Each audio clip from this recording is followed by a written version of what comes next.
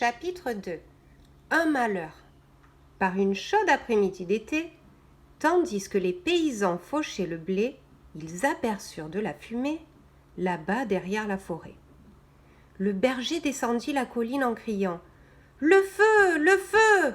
Chez la nourrice du prince !» A misfortune.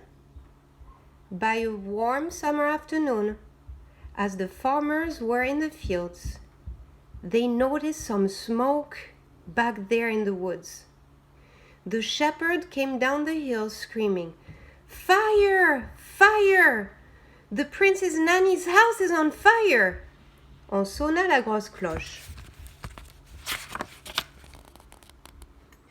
On sonna la grosse cloche d'alarme.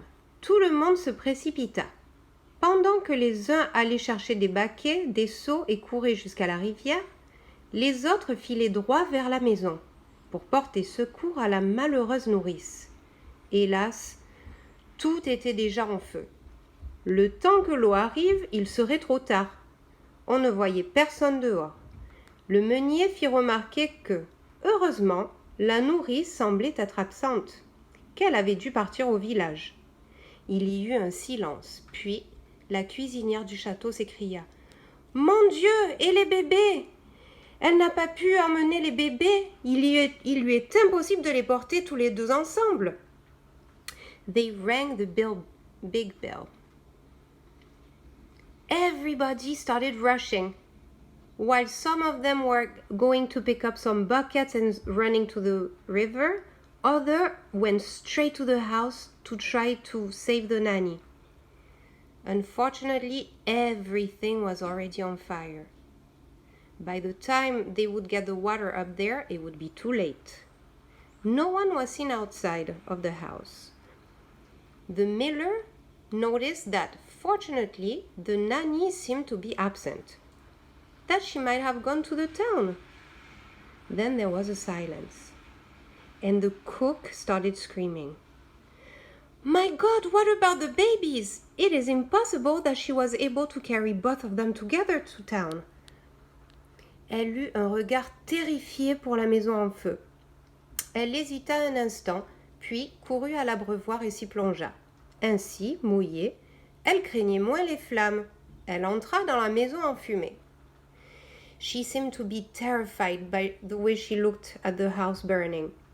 She hesitated a second, then she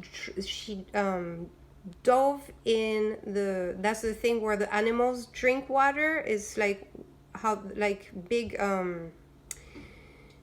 basins where the cows and the horses can drink. So she jumped in it. This way she was wet and she wouldn't be burned by the flames. And she entered the burning house. And by the way, don't ever do that, because going into a burning house, you could suffocate from breathing in the smoke, and the fire is not the most dangerous. La première chose qu'elle vit fut la nourrice, qui était bel et bien là, allongée sur le sol près de la cheminée. Elle portait une blessure au front. The first thing she noticed as she walked in was the nanny, and she was there, laying on the floor by the little fireplace.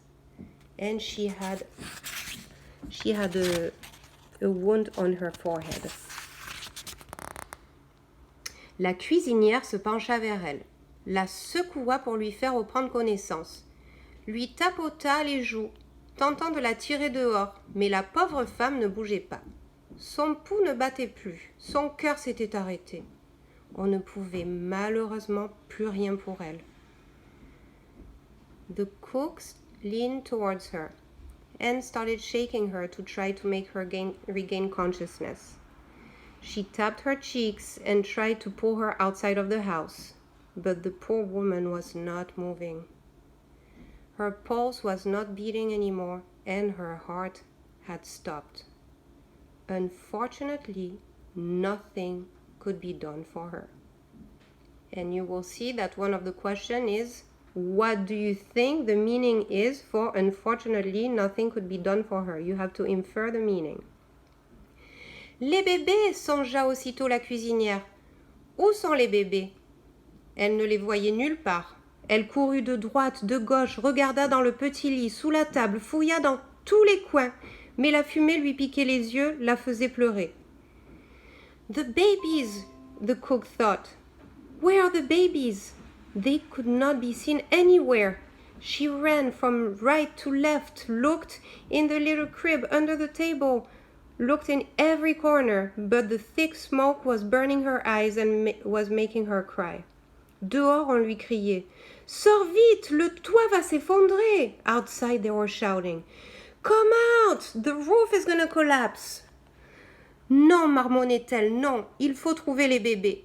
Pourtant, quand une poutre enflammée tomba du toit, elle vit bien qu'il lui était impossible de demeurer plus longtemps dans la maison.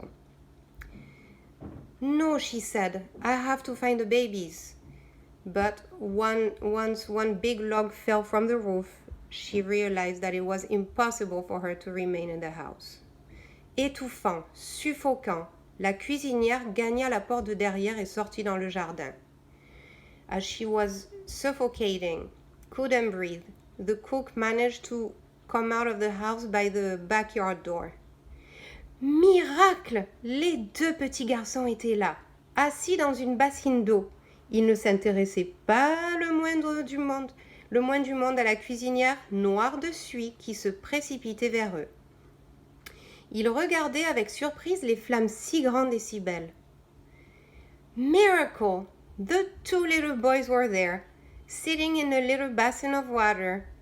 They were not worried at all by the cook who was running towards them, covered in suie is the black layer that burning candles make actually. Ils regardaient, they were looking at the big flames with surprise, and they were so big and so beautiful. La maison entière était en train de brûler. The entire house was burning.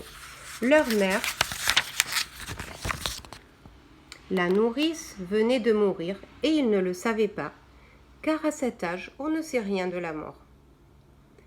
Their mom, the nanny, had just passed away, and they did not know, because at that age, we don't know anything about death. La cuisinière essuya une larme de soulagement. Sans perdre de temps, elle ramassa les serviettes qui étaient étalées sur l'herbe et en enveloppa les bébés pour les amener loin des flammes. The cook wiped a tear. She was relieved. Without losing a minute, she picked up towels that were in the grass and enveloped the babies in it to take them away from the flames. Le lendemain, on tint un conseil au village. Comment un tel drame avait pu se produire? On supposa que la nourrice avait fait une chute accidentelle, que son front avait heurté la pierre de la cheminée. Sans doute était-elle morte sur le coup. Quant à l'incendie, on imagina qu'au moment de sa chute, elle portait à la main une cruche d'huile qu'on avait retrouvée cassée près d'elle, et que l'huile s'était enflammée aux braises de la cheminée, mettant le feu à la maison. The next day, they had a council at the town, like a town meeting. How did such a drama happen? We assumed that the nanny had probably just accidentally fell, and that her forehead had hit the fireplace, and she had probably died right away. And for the fire, we thought that as she fell, she was probably carrying hot oil, because they had found a bottle next to her that was broken, and the oil had caught on fire because it was next to the fireplace and had turned the whole house on fire. C'est ce qu'on expliquerait au roi. En tout cas, il ne servait à rien de se lamenter et d'essayer de comprendre. Maintenant, les petits étaient hors de danger. La seule chose à faire était prévenir le roi. Et prévenir aussi son valet, fit remarquer la cuisinière, puisque la nourrice était la femme du valet. On envoya donc un messager aux lointaines frontières du royaume. This is what we would explain to the king. And in any ways, there was no need to try to find out how everything had happened and understand. Now that the two boys had been out of danger, the only thing to do was to warn the king. And also to warn the lad, said the cook, since the nanny was the wife of the lad. They sent a messenger at the frontier of the kingdom to go and get them, because remember, they had gone to war. Now we are going to go and try to answer our 3 questions.